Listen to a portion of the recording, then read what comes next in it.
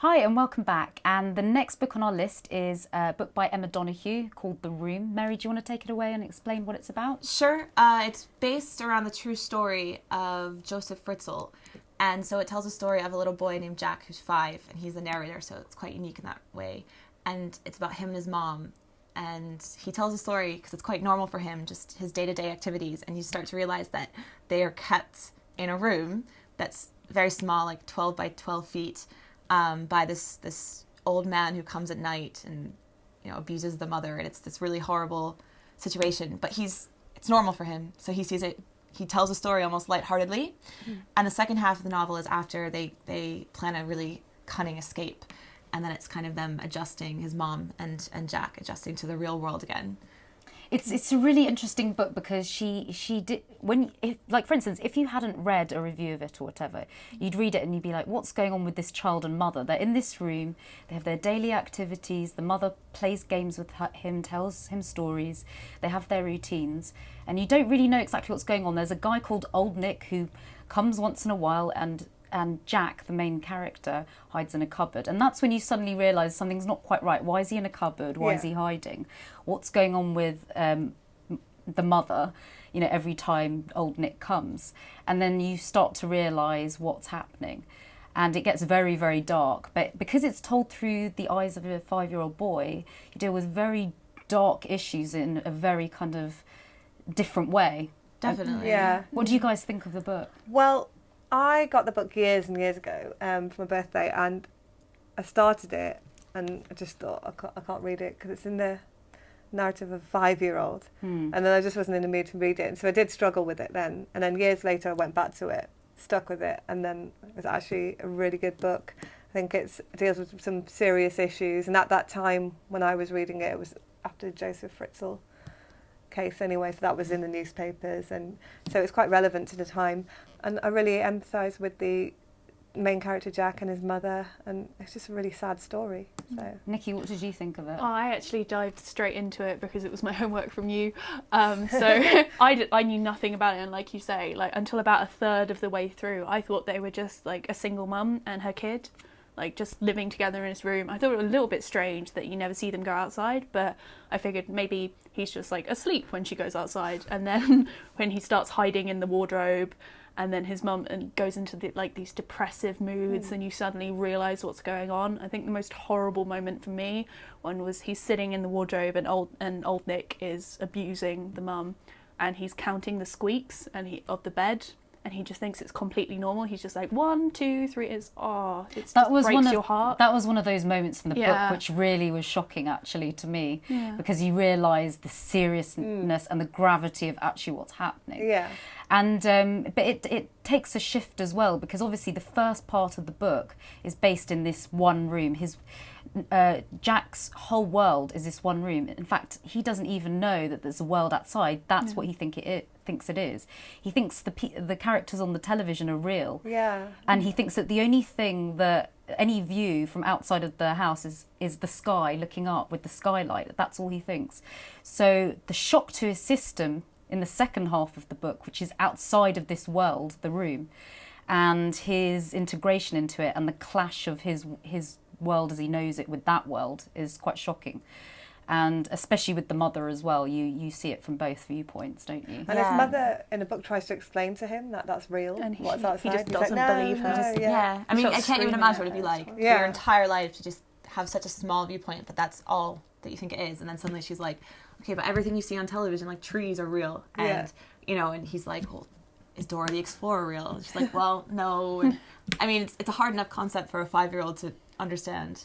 And nevertheless, it's one like this. And you understand why she's done it, because obviously she has no idea when they're leaving that place, and she has to keep him sane. She's handling a child. Like, reading that book, I mean, the mother is fantastic.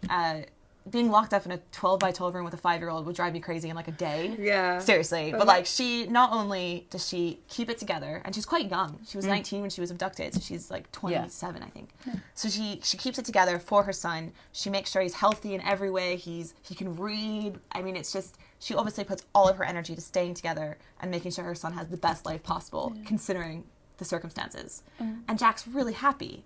And, you know, he just doesn't even understand I how know. horrible his life is. I And mean, it's, if you it's imagine, amazing. It's heartbreaking how much I feel for her and how amazing a character she is. and obviously the point comes where she has to tell him, you know, obviously this isn't real. There is a world outside of here. He can't comprehend it.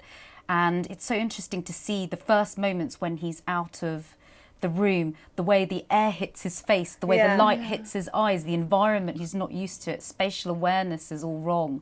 He doesn't understand any of it. It's really fascinating to actually get an insight into what it must be like for somebody who's been in a room for that amount of I time. think it's written incredibly well. Yeah. Because none of us could imagine that, ever. No. It'd be hard enough to write a book as a 5-year-old, you know, a 5-year-old's narrative. Yeah. And I think she does that very well. But then on top of that, to just, I think it's very well written and very realistic. What did you think of the second part of the book, the outside of the room I think part?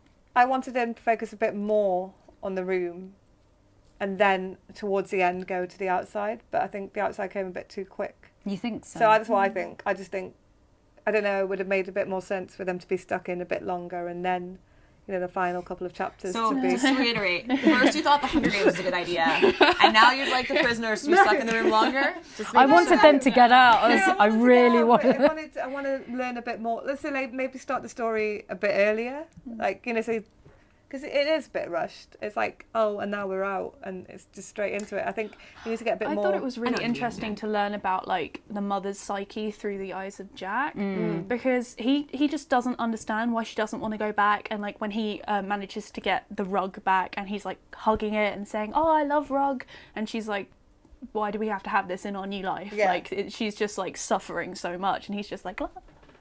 She gets quite angry in the second half, obviously, Yeah. because no one's Well, understanding. when the and- reporters are asking her all Yeah. these horrible, horrible questions, and it just causes her to have a complete mental breakdown, it's just, I feel for her so much because she's tried so hard to make Jack into like as well-rounded and like a happier boy as possible, and then all the doctors are saying like, "Oh, this is wrong with him, this is wrong with him," Yeah. Well, and she had an it just impossible breaks task. her. Yeah, she had an impossible task, and I think it's like she How should have been well she broken did, so much yeah. earlier in How this, well she in did this is story. amazing. The fact that she held it together for so long for her son and did such a good job, and then she gets, you know, criticized for it back in the Yeah. real world. That's the thing that was the most surprising, and Yeah. in a way, maybe that's what did happen to that girl who came out. I mean, maybe that's what happens, and Well- it's quite a surprising situation. And also the fact that in real life, families do move on. You know, you'd like to think that they The put dad their just life like on. moves to Australia and like Yeah. leaves his family, and the Yeah. mum never, and her mum never stops hoping, but then they have to bring the dad back, and he just doesn't want to see Jack because he just thinks Yeah. of Jack as like the rapist child, and she's like, "No, he's my whole world," and it's just the clash between the family and her. It's very powerful, the whole coming back into society thing. And I suppose when you're seeing their their escape, you never even think for a second that that's what they'd be dealing with on the other side. And there's as much of a battle on that end as in the Definitely, room in some definitely. ways. I think And- she feels trapped when she's outside as well, living with her mum, you know, and then you see at the end getting a bit of independence. But I think she's trapped in the room, and then she's trapped when she comes into reality. Trapped in the clinic yeah, with the and doctors, exactly, yeah. and it's just, I feel so sorry for her and her son.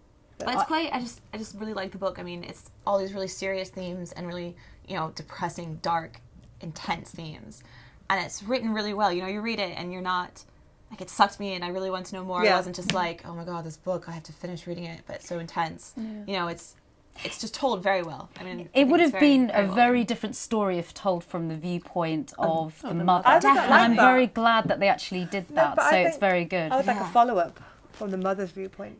Well, maybe we should ask Emma Donoghue to Yes, do that. Maybe I don't know. I'll Yeah. ask her. But anyway, that is The Room by Emma Donoghue. As you can tell, we all love this book. A very powerful read, a beautiful story of mother and child. So get reading.